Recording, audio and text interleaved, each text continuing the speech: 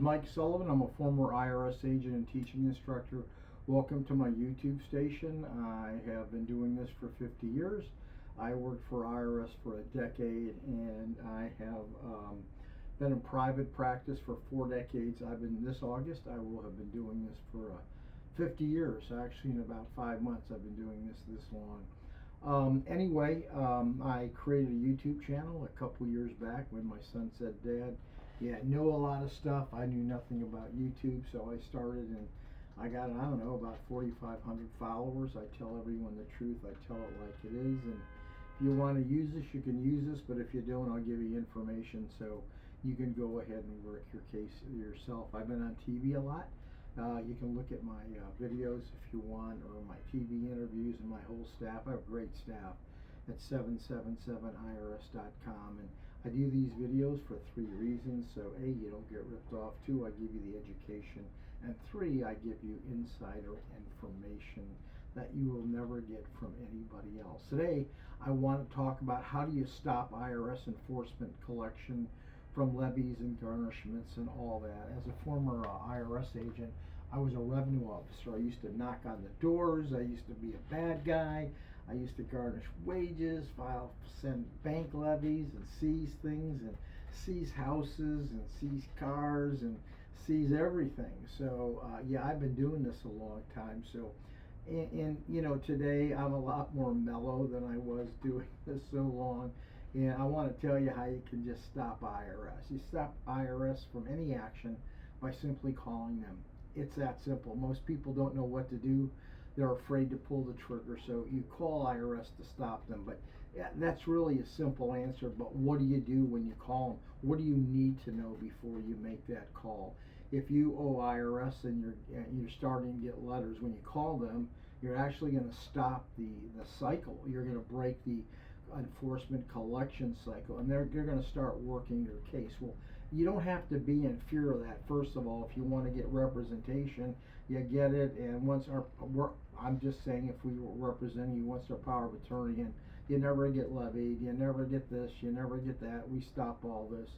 But really, at the end of the day, IRS just wants to close their case off their enforcement K2 computer.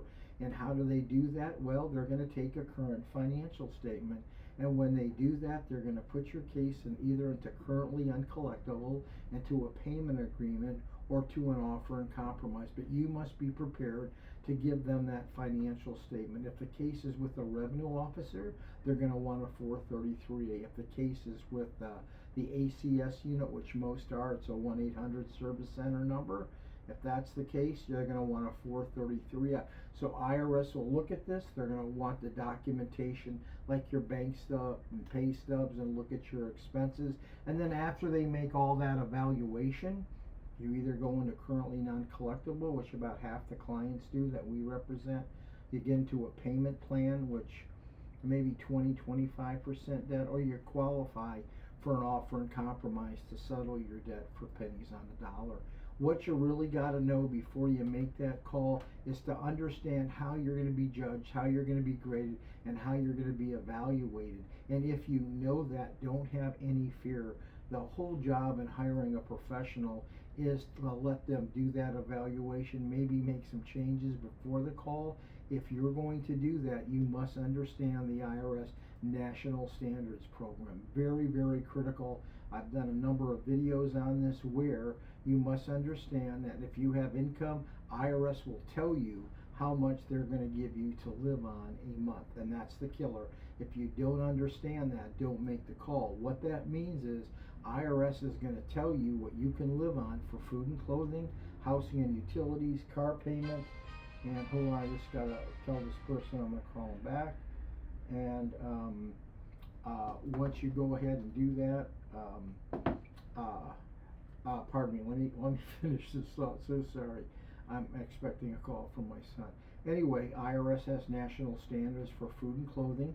If you want to know what they are, you can Google that. IRS national standards for food and clothing, IRS national standards for housing and utilities, IRS national standards for car expenses, and IRS national expenses for car operation. No matter what you're spending, IRS is going to modify that and change that and use their standards. It's that important.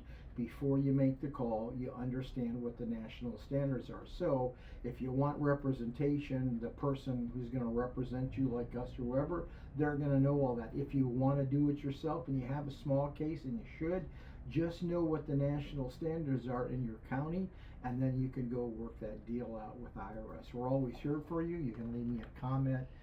And if you thought this video was at least decent, YouTube, we thrive on subscriptions, because people think if they subscribe to us, YouTube thinks, wow, that's cool, we're going to move them up the charts because you're pretty good. So if you leave me a subscription, I'd really appreciate it. Thank you.